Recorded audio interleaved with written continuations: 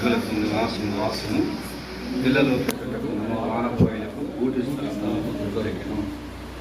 దేవుడి మాటను దీవించి ఆస్వాదకరంగా చిన్న ప్రార్థన చేసుకున్నాం.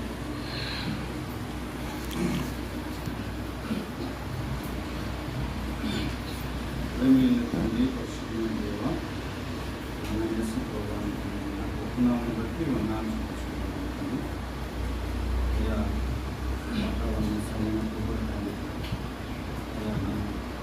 ప్రేమగా సమకూర్చి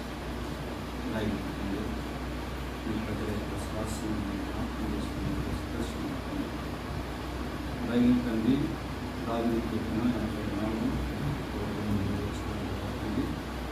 మాతో మాట్లాడాలని ప్రేమ బట్టి ఈ మాట యొక్క సారాంశము మాకు రైతుంది వినగలిగిన చెవులు గ్రహించే మనసు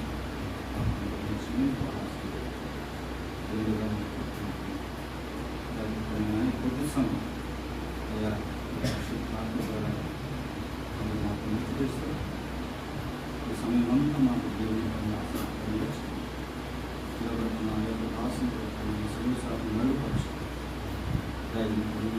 నోటి దూరంగా మాత్రమే వారికి నామం చేసుకుని వాళ్ళని చెల్లించుకుని మీ కుటుంబ సహాయంతో ఆత్మస్వరూపానికి మా ప్రయోజనం యేసు ప్రభువుల జీవుని మీ నామం సుఖించి ప్రార్థించుకుంటున్నాం తండ్రి. ఆమేన్. ఆమేన్.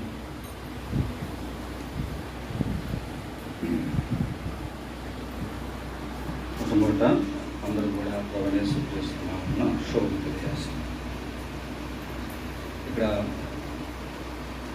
ఎవరు రాసిన దావీదు కీర్తన తెలియజేస్తుంది. కోరాహ కుమారుడు దావీదు. ఇది రాసింది కోరాహ కుమారులైనప్పుడు కూడా ఈ అనుభవాలు ఎవరికి కనబడుతున్నాయంటే దావీదు గురించి నాకు తెలియబడుతుంది. అందుకోసమని ఇక్కడ మొట్టమొదటి మాట మనం చూసినట్లయితే సైన్యములు అధిపతి యెహోవా నీ నివాసములు ఎంత రమ్యములయ్యా. దావీదు అనుభవంలో తన నివాసాల గురించి వర్ణిస్తూ వస్తున్నారు. ఈ నివాసాలు ఎంత రమ్యములుగా ఉన్నాయి అని తన నివాసాల గురించి దావీదు వర్ణాతీతంతో దావీదు చెప్పినట్లుగా మనం చూస్తూ వస్తాం. అంత మాత్రమే కాదు, కింద మాటలో మనకుగా యెహోవా మందిర ఆవరణ చూడవాలని నా ప్రాణమట ఎంతో ఆశిస్తున్నది. ఆయన మందిర ఆవరణాన్ని చూడాలని అది ఎంతో తన దేహము ప్రాణాత్మ బృందాన్ని ఎంతో ఆశిస్తూ ఉన్నట్లుగా మనం చూస్తున్నాం. అందుకోసమని పిల్లరా తన ప్రాణాత్మ దేహం ప్రభు చేత విలువగా ఎంచబడిందని తెలిసి తన ప్రాణాత్మ దేహం తన మందిర ఆవరణను చూడాలని ఎంతో ఆశపడుతుందంట. అది సొమ్మసిల్లుచుంది. తన ప్రాణం సొమ్మసిల్లంతగా దేవుడి యొక్క ఆవరణను చూడాలని సంతోషించేవాడు. మనం కూడా ఎక్కడో ఎట్లాగో ఉన్నాము. మనం లోకంలో మన స్థానుసారంగా జీవిస్తున్నాం. మనం దేవుడు ఆవరణలో కూర్చోబెట్టాడంటే మనం ఎంత గొప్ప భాగ్యవంతులు అనేది మనం ఎరిగి నడుచుకోవాలి. చూడండి, అందుకోసమనే శాపదేశకు రాని సందర్భంలో సొలొమోను రాజు ఏం చెప్తుంది, నీ జనులు భాగ్యవంతులయ్యా, నీ ముందర నిన్ను సేవించిన ప్రజలు గొప్పవారు అని శాపదేశ సందర్భంలో సొలొమోను రాజుతో చెప్తుంది. అంటే ప్రభువును సేవించే బిడ్డగా మనము ఎంతో గొప్పవారు భాగ్యవంతులు. అందుకోసమనే పిల్లల ఇక్కడ దావీదు రాజు కూడా ఎంతో ఆశపడుతున్నాడు. తన మందిరం ఆవరణలో వేడి దగ్గర ఉన్నా కానీ ఆ రోజు నాకు చాలు అంతగా ఆశిస్తున్నాడు. తన ప్రాణము సొమ్మసిల్లంతగా దేవుడి ఎడల అతనుకున్న భయభక్తులు మనం చూసుకోవాల్సింది. అందుకోసం దేవుడి వాక్యం మనకు తెలుసు, నీ మందిర ఆవులు ఒక్క దినం అడుగుతా 1000 దినముల కంటే శ్రేష్టం. అలాంటి శ్రేష్టమైన దినాన్ని దావీదు తన హృదయపూర్తిగా దేవుని సన్నిధిలో గడపాలని ఇష్టపడుతున్నాడు. మరి మనం చూస్తూ వస్తే జీవంతులను దేవుని దర్శించటకు నా హృదయము నా శరీరము ఆనందంతో కేకలు వేసుకున్నాను.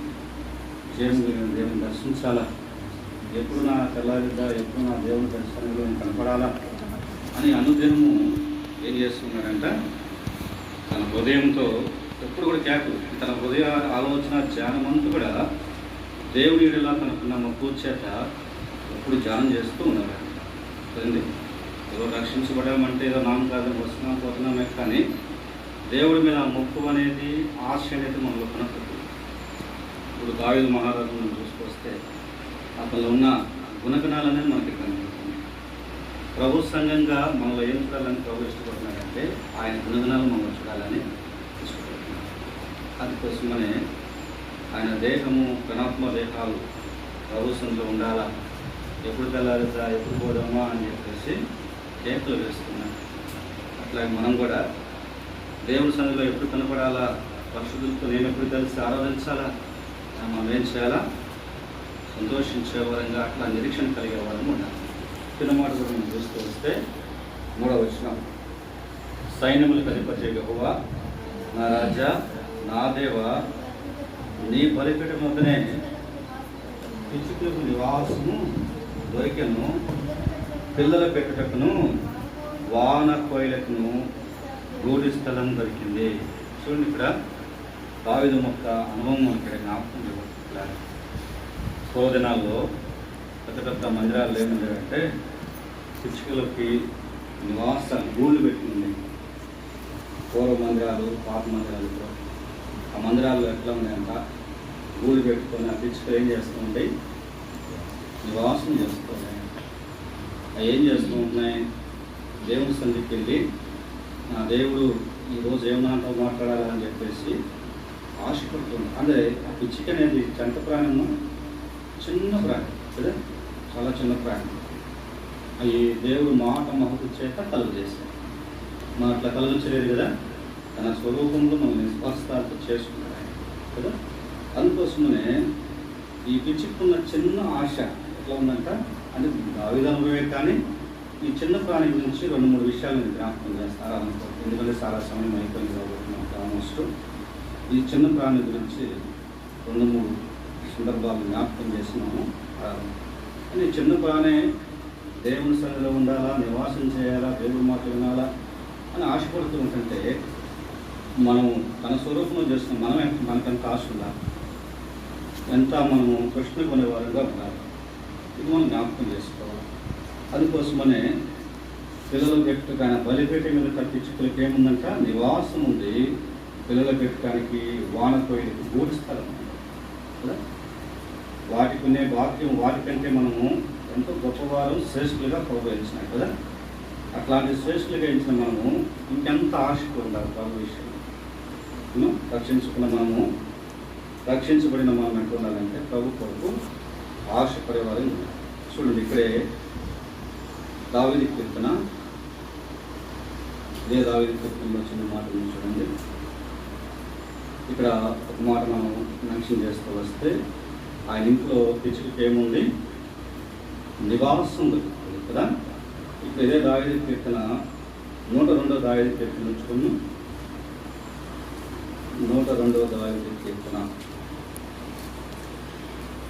102వ దావీదు కీర్తన 7వ వచనం, రాత్రి మెలకువగా నుండి ఇంటి మీద ఒంటరిగానున్న పిచ్చుక వలె ఉన్నాను. చూడండి, ఇక్కడ చాలా మంచి మాట మనకు రాత్రి వేళ ఏం చేస్తుందంట, వెలుతురుగా ఉంటుందంట, తన ఇంటి మీద ఒంటరిగా ఉంటుంది. చూడండి, ఎప్పుడు తెల్లారిద్దా, ఎప్పుడు నా ప్రభుత్వం కనపడాలా అని చెప్పి చిన్న ప్రాణి ఏం చేస్తుంది, ఒక నిరీక్షణ తెలియజేస్తూ వస్తుంది. ఎప్పుడు తెల్లారిద్దా, ఎప్పుడు నా దేవుడి మాట నేను వినాలా, నా చెవిలో పడాలా అనేసి ఏం చేస్తుంది, ఒక నిరీక్షణతో ఎదురు చూసినట్లుగా మనం కూడా దేవుడి మాటలు వినాలని అట్లాంటి తపన తృష్ణ మనం కలిగి ఉండాలి. అందుకోసమని ఆ ఒంటరైన పిచ్చుక ఏం చేస్తుంది, ఇక్కడ ఏం చేస్తుందంట, రాత్రి వెలుగుగా ఉండి ఒంటి మీద ఒంటరిగా ఉండే పిచ్చుకను తెలియజేస్తుంది. రాత్రి ఉంది, తెల్లారింది, ఏం చేయాలా ఏమో, దేవుడి మందిరానికి వెళ్ళాలా, దేవుడి మాటలు వినాలా, ఆ మాటలు నా హృదయంలో భద్రపరుచుకోవాలా, అనే చిన్న ప్రాణికున్న ఆలోచన, ఆశ మనకుంటే మన దేవుని ఆరాధించకుండా ఉండలేదు కదా. ఇది రెండవదిగా మనకి జ్ఞాపకం చేయబడుతూ వస్తుంది. మూడవదిగా చూడండి, సామెతల గ్రంథం, దేవుడి వాక్యంలో నుంచి సామెతల గ్రంథం 26వ అధ్యాయం. సామెతల గ్రంథము 26వ అధ్యాయము 2వ వచనం. రెక్కలు కట్టుకొనొచ్చు కారాడుతున్న పిచ్చుకయు దాడుచున్న వానకోయను దిగకున్నట్లు ఏతువు లేని శాపము తగలకుండాన్నట్లు. సో ఇక్కడ మంచి మాట మహాజ్ఞాని అయిన సొలొమోను రాజు ఇక్కడ మనకి జ్ఞాపకం చేస్తూ వస్తున్నాడు. ఇప్పుడు మూడవదిగా మనం జ్ఞాపకం చేస్తున్నాం. ఈ మూడవ పిచ్చుక గురించి ఏం జ్ఞాపకం చేయబడుతుందమ్మా? రెక్కలు కట్టుకొని తారాడుచున్న పిచ్చుకను మనకు జ్ఞాపకం చేయబడుతుంది. ఎందుకు తారాడాలి ఆ పిచ్చుక అంటే, ఎప్పుడైతే దేవుడింటో నివాసం దొరికిందో ఆ పిచ్చుకి, రాత్రి వేళ ఇంటి మీద ఒంటరిగా ఉందో, మూడోదిగా దేవుడి మాటలు విని తెల్లారిద్దని చెప్పేసి అనేక తన దత్తపక్షులకి దేవుడి మాటలు తెలియజేయడం కోసమే రెక్కలు కట్టుకొని ఏం చేస్తుంది? తారాడుతూ ఉండాలి. చూడమ్మా, నా దేవుడి మాటలు దత్తపక్షులతో చెప్పాలని, ఆ సత్యం తెలియచేయాలని చెప్పేసి తనకున్న చిన్న ప్రాణికున్న ఆశ మనకు తెలియజేస్తుందా? తన రెక్కలు కట్టుకొని ఎవరికి చెప్దామా, ఎట్లా ఎవరించి చెప్దామా అని చెప్పేసి తన ప్రాణము తృష్ణ కొనుక్కున్నట్లుగా మనం చూస్తూ వస్తాం. అలాంటి తపన తాపత్రయము ఈ చిన్న ప్రాణి కనబడుతుంటారు. ఇప్పుడు వాటికంటే మనము ప్రభు ఏం చేశారంట? గొప్పవారిగా చేసినాడు, శ్రేష్ఠులుగా చేస్తాం మనం కదా. మరి మనం విలువ పెట్టుకున్న దేహానికి ప్రభుని మనము ఈ పరిశుద్ధ దినం రోజు ఆయన నాతో ఏం మాట్లాడాలా, ఆ మాట ద్వారా దేవుని ఎట్లా ఆరాధించాలా అనే సత్యం మనం తెలుసుకుని ఆరాధించాలి. చెప్పబడిన మాటలు బట్టి మనం ఆరాధించాలి. అందుకోసమనే ఈ పిచ్చుకంట ఎక్కడెక్కడ తిరిగిందో, గత దశపక్కులతో ఏమేమి చెప్తుందో, దేవుడి మాటలు ఎట్లా ఎవరైనా చెప్తుందో కదా. మనం రక్షించబడిన మనము మన ఇరుగు పొరుగు వారితో, దేవుని ప్రజలతో అనేక తెలియదు, సత్యం తెలియదు, మనం తెలియజెప్పేవారం ఉండాలి. ఈ గొప్ప ఆధిక్యత మనకిచ్చాడు ప్రభు కదా. మనకిచ్చిన ఆ దేవాది దేవుడు మనం ఏం చేయాలా? మనం ఆరాధించేవారం ఉండాలి. మన వంతులో మనం ప్రభు మాటలను తెలియజేసేవారంగా, తెలియజెప్పేవారంగా ఉండాలి. అందుకోసం మన ప్రభు ఇక్కడ సామెతల గ్రంథం హేతువు లేని గాయాలు ఏం చేయాలంట? తగలకుండా. ఎక్కడుంటే దేవుడు పనిచేయటం ద్వారాగా ఆ హేతువు లేని గాయాలను తగలకుండా. దేవుడికి వేరుగా ఉంటే గోపులు ఎంతోమంది చూస్తూనే వస్తున్నాం. రోజు చూస్తుంటే మరణకరమైన వార్తలు రోజు వింటూనే ఉన్నాం మనం కదా. అలాంటి పరిస్థితి లేకుండా ప్రభు, హేతువు లేని గాయాలు లేకుండా మన ప్రభు ఇంతవరకు కూడా తన సజీవమైన రెక్కల కింద భద్రపరిచి జ్ఞాపకం చేసుకున్నాడు. ఆ పిచ్చిక లాంటి మనల్ని, అంతకంటే శ్రేష్ఠమైన మనల్ని ప్రభు జ్ఞాపకం చేసుకుంటూ వస్తున్నాడండి. చూడండి, ఇది మూడవది జ్ఞాపకం చేస్తున్నాం. 3 విషయాలు మనం చూసాము. ఒకటి, ఆ పిచ్చిక ఏం చేస్తుంది? దేవుడింట్లో నివాసం చేయాలని గూడు కట్టుకున్న పిచ్చికలాగా మనము అది ఆలోచన చేస్తూ, ఆలోచన ఎట్లా ఉందో చూడండి. రెండోది ఎట్లా ఉంది? రెండవది ఏం తెలియజేస్తుంది? రాత్రి వేళ మెరుపుగా ఉన్నాయి, ఒంటరిగా ఉందంట. నా ప్రభు ఇంటికి ఎప్పుడు వెళ్ళాలా, ఎప్పుడు దర్శించాలా, ఎప్పుడు కలుసుకోవాలా, నా ప్రభు మాటలు ఎప్పుడు వినాలా అని చెప్పేసి ఒక నిరీక్షణ తెలియజూస్తున్న పిచ్చుకను మనం చూస్తున్నాం. మూడవదిగా మనం ఏం చూస్తాం? రెక్కలు కట్టుకొని తరాడుచు దేవుని మాటలు ప్రకటించే దానికోసమే తన వంతులో తన బాధ్యతగా చేస్తున్నట్లుగా మనం చూస్తున్నాం. చిన్న ప్రాణి చూడండి, తనకున్న చిన్న ప్రాణికున్న ఆలోచన విధానము ఎట్లా ఉందనేది మనం గ్రహించాలి కదా.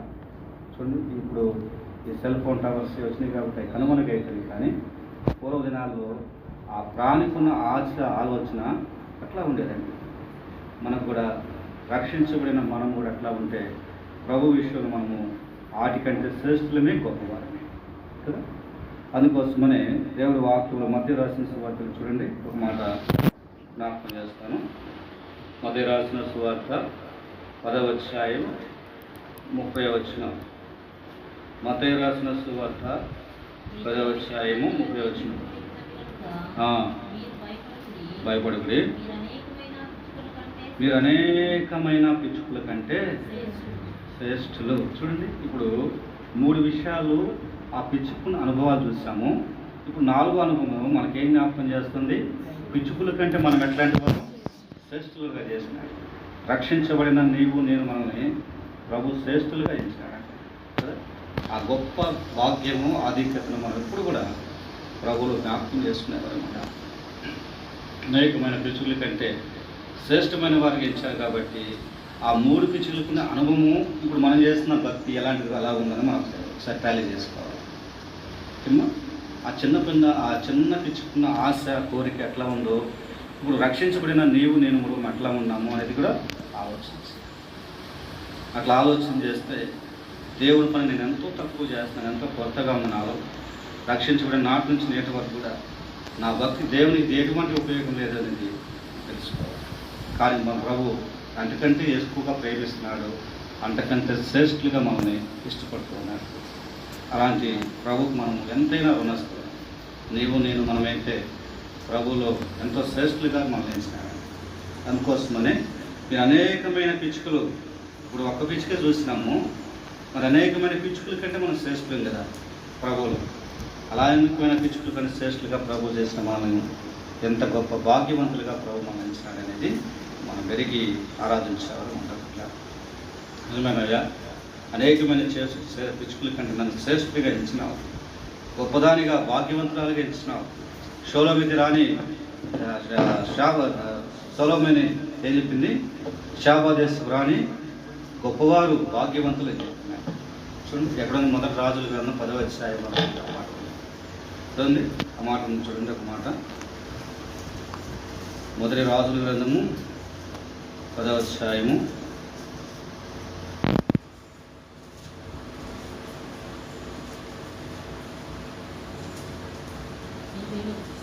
చదువుమా. నీ జనులు భాగ్యవంతులు, నీ ముందర ఎల్లప్పుడూ నిలిచి నీ సేవకులు భాగ్యవంతులు.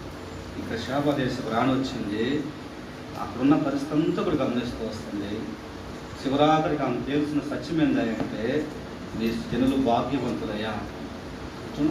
ఆయన సేవించే ప్రజలుగా మనము భాగ్యవంతులుగా చేసినాడు, గొప్పవాడిగా చేసినాడు. అందుకోసమని ఇక్కడ ప్రభు చెప్తున్న మాట ఏంటంటే మత్తయి సువార్తలో, మీరు అనేకమైన పిచ్చుకల కంటే శ్రేష్టమైన వారు కారా. అనేకమైన పిచ్చుకల కంటే ప్రభు మనల్ని శ్రేష్ఠులుగా ఎంచాడంట.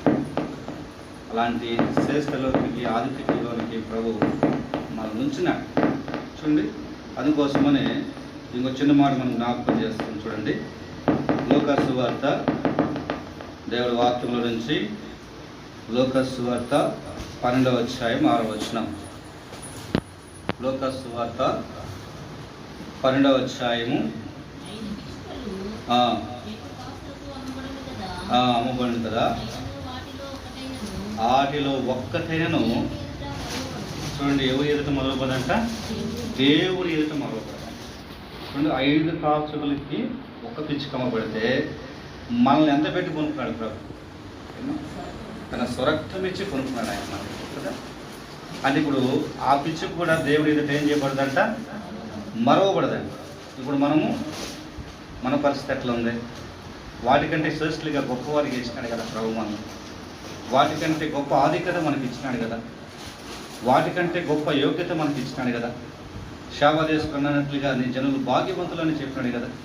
ఇప్పుడు మనము దేవుడి సన్నిధిలో ఈ విధంగా సమకూర్చి ఆయన సేవించే భాగ్యం ఇచ్చినాడంటే మనము మరవబడిన పిచ్చుకల కంటే ఇంకొక గొప్పవారు కదమ్మా. ఒక్క పిచ్చుకు కూడా దేవుని ఎదుట మరవబడదు కదా. ఇప్పుడు మనం ఉన్నామంటే, ఆయన జ్ఞాపకంలో ఉన్నామంటే, ఈ విధంగా సజీవులుగా ఉన్నామంటే మనం మరవబడిన పిచ్చుకల కంటే కూడా గొప్పవారు సృష్టి. అలాంటి గొప్ప ఆధిక్యత ప్రభు మనకి అనుగ్రహించినట్లు.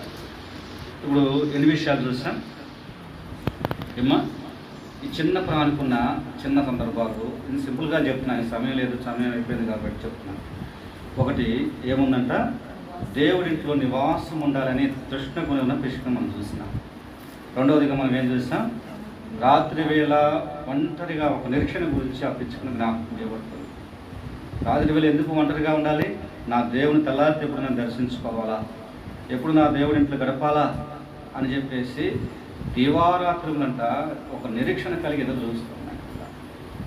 అంత మాత్రమే కాదు, మూడవదిగా రెక్కలు కట్టుకొని తారాడుచు దేవుడి మాట ప్రకటించాలని గత పక్షులకు తెలియచేయాలని ఆశతో తృష్ణతో కలిగి తారాడుతూ ఉందండి. పిల్ల నలుదిక్కులు పోతూ వస్తుందండి. నలుదిక్కులు పోయి తన జత పక్షులకి దేవుడి మాటను తెలియచేయాలి, తన ఎన్న మాటను సత్యాన్ని అనేక పిచ్చులతో పంచుకోవాలా అనే ఆశ కలిగిన పిచ్చుకలు మనం చూస్తూ వస్తాం. తర్వాత నాలుగోది ఏం చేస్తాం, ఇది అనేకమైన పిచ్చుకల కంటే శ్రేష్టమైన వారిగా మనం చేసినాడు, వాటికంటే గొప్ప వారిగా చేసినాడు. ఈ సృష్టి యావత్తు కూడా తన మాట మహత్తు చేత కలుగురు కాకంటే కలిగిన వాటి చిన్న ప్రాణి అంత ఆశ కలిగి ఉంటే దేవుని విషయంలో మనం ఎంత కృష్ణ కూడా ఉండాలి.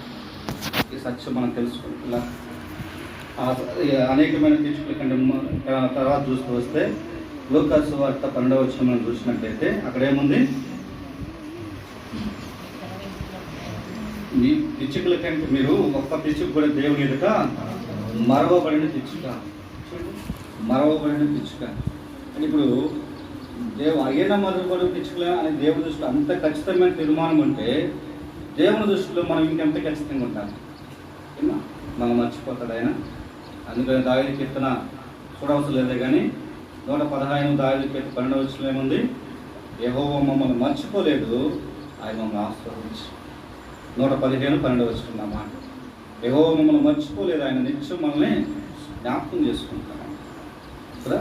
అలాంటి వాటికంటే కూడా గొప్ప యోగ్యత, గొప్ప స్థానం ప్రభు మనకి ఇచ్చినాడు. అలాంటి యోగ్యతలో మనం ఉన్నందుకు ప్రభుని మనం ఎంతైనా కానీ దేవునికి ఉన్నస్తాం. నీవు నేను మనమైతే ఉన్నగ్రాకులు మెత్తుల ఇదేనో చూడలేదు, మనకంటే గొప్పవారు ఎంతమంది లోకాన్ని తీసుకుంటున్నారు. ప్రభు మనల్ని ఎందుకు పిలిచినాడు, మన స్థితి కూడా కోరుకున్నాడు. కాబట్టి దినం తన స్వరక్తమి సంపాదించిన ప్రజల మధ్య మనల్ని సజీవులుగా జ్ఞాపకం చేసుకున్నాడు కదా. సరే చూడండి, ఏబు గ్రంథంలో చిన్న మాట చూపించేసి నేను మనం ఆరాధనలోకి వెళ్దాం. ఏబు గ్రంథము 35వ అధ్యాయం 11వ వచనం. ఏబు గ్రంథము 35వ అధ్యాయం 11వ వచనం. చూడండి ఏమి ఇచ్చాడంట, భూ జంతువుల కంటే మనకి ఏమి ఇచ్చాడు, ఎక్కువ బుద్ధి ఇచ్చినాడు. తర్వాత కింద మాట ఏముంది, ఎక్కువ జ్ఞానం కలుగు చేసినాడు. చూడండి మరి ఇప్పుడు భూ జంతువుల కంటే ఎక్కువ బుద్ధి, ఆకాశ పక్షుల కంటే ఎక్కువ జ్ఞానం. ఇలాంటి వాటిని మనం ప్రభు మహిమ కొరకు వాడుతున్నామా లేదా? ఏమా ఈ బుద్ధి జ్ఞానము అవి వారి స్థానాలను బట్టి వారికి ఇచ్చిన పరిమితి కొలది దేవుడు పని చేసినాయి, శక్తి సామర్థ్యం లేకుండా పనిచేస్తున్నాయి. మనమేం చేస్తున్నాం ప్రభుని, వాటికంటే ఎక్కువ బుద్ధి, వాటికంటే ఎక్కువ జ్ఞానం మనకి ఇచ్చినారు కదా. వాటితో మనం ఉపయోగించుకొని మనము దేవుణ్ణి ఎట్లా మహిమపరుస్తున్నాం అనే సత్యాలు కూడా మనం తెలుసుకోవాలి. పిల్లరా, ఏవి వచ్చా విన్నాం పోతున్నామంటే ఒక చిన్న ప్రాణికున్న ఆశ ఆలోచన మనలో లేకపోతే మనం చేసే ఆరాధన ఎవరి కోసం, మనుషులు కనపడటం కోసమా? అందుకోసమనే మత్తయి రాసిన సువార్త 15:9 ఏముంది, మీరు మీ పెదవులతోనే ఆరాధిస్తారు కానీ మీ హృదయం నాకు దూరంగా ఉంది. ఎంత దూరం అంట, ఎంత దూరం అని మన తలంపులు, మన ఆలోచన అంతా భూ సంబంధమైనవి ఉన్నాయి కానీ పై ఉన్న వాటిపైన మన మనసు పెట్టాలా కదా. ఎంత దూరం ఉందంటే దేవుడి తలంపుకి మన తలంపుకి ఏమా ఎంత తలంపు. యెషయా గ్రంథం 55:9 వచనం ఉంది కదా, మీ తలంపుల కన్నా నా తలంపులు భూమికి ఆకాశానికినంత వ్యత్యాసం కదా. భూమికి ఆకాశానికినంత వ్యత్యాసం. ఆయన తలంపులు ఉన్నతమైనవి. మన తలంపులు ఏంటంటే రక్షించబడ్డా మీద నామకార్థంగా వచ్చిన జనాలు ఆదరించిన పోయినా అంతే. ఒక చిన్న ప్రాణికున్న ఆలోచన కూడా లేకపోతే మనం చేసే ఆరాధన చెప్పండి. ఆకాశం, మహాకాశం, పరజాలం, దేవాది దేవుడు వీటికంటే శ్రేష్ఠులుగా ఇచ్చిన మనల్ని మన ఆరాధన ఆశీనుడిగా ఉండాలంటే మన ఆరాధన ఎట్లా ఉండాలి? ఈ చిన్న ప్రాణికున్న ఆశ ఆలోచన కూడా మనం లేకపోతే, అలాంటి తత్నం మనకు లేకపోతే మన ఆరాధన ఎట్లా ఉంటారు? చిన్న సందర్భాన్ని జ్ఞాపకం చేసుకో. దీన్ని ఎక్కువ పొడిగించాలన్న అవసరం కూడా లేదు. వీటికున్న అనుభవాలు నాలో లేవు ప్రభు, రక్షించకున్నానే కానీ దేవుడి వాక్యం ఉంది కదా, నువ్వు పేరుకు మాత్రమే కానీ నువ్వు మృతుడివే కదా. అంటే మనము ప్రభుకి ఏమాత్రం కూడా ఆ పక్షికున్న చిన్న ప్రాణికున్న ఆ పని కూడా మనం చేయట్లేదు కదా. ఆ చిన్న ప్రాణికున్న పని కూడా మనం చేయట్లేదు. ప్రభు ఆయన స్వరక్తం ఇచ్చి దాని అర్థమంతా దారిపోసి మనల్ని వాటికంటే శ్రేష్ఠులుగా గొప్పవారిగా తన స్వరూపంలో చేస్తున్నాడు కదా మనం. ఆ చిన్న ప్రాణకున్న ఆశ మనలో ఉందా? అందుకోసం ఆయన మన కోసము ఈ భూమి మీదకి ఆయన తలవాల్సిన స్థలం లేకుండా ఎన్నో అవమానాలు, నిందలు, బాధలు ఇలాంటివన్నీ కూడా భరించింది ఎందుకోసం? వాటికంటే గొప్పవారికి నా బిడ్డలు ఉండాలి, వాళ్ళకంటే శ్రేష్ఠులుగా నా బిడ్డలు ఉండాలి అని చెప్పి ఆశ. అలాంటి తపన కలిగిన ఉన్నవాడే ఆయన రూపం అంతా కోల్పోయాడు. ఆయన రూపాన్ని, ఆయన స్వరూపాన్ని మనకి ఇచ్చినాడు. ఆయన స్వరూపం ఇచ్చిన దానిని బట్టే మనం ఇప్పుడు ఈ ప్రభు సన్నిధిలో మనం కూర్చొని ఆరాధించుకునే గొప్ప భాగ్యాన్ని ప్రభు మనకి ఇచ్చినాడు.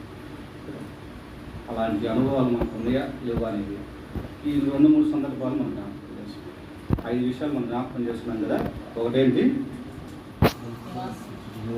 దేవుడితో నివాసం చేసే ఇచ్చుట.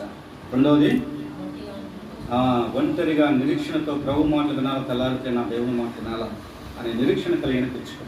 మూడవది రెక్కలు కట్టుకొని తరాడుతూ తన గతపక్షులతో దేవుని మాటలు పండించే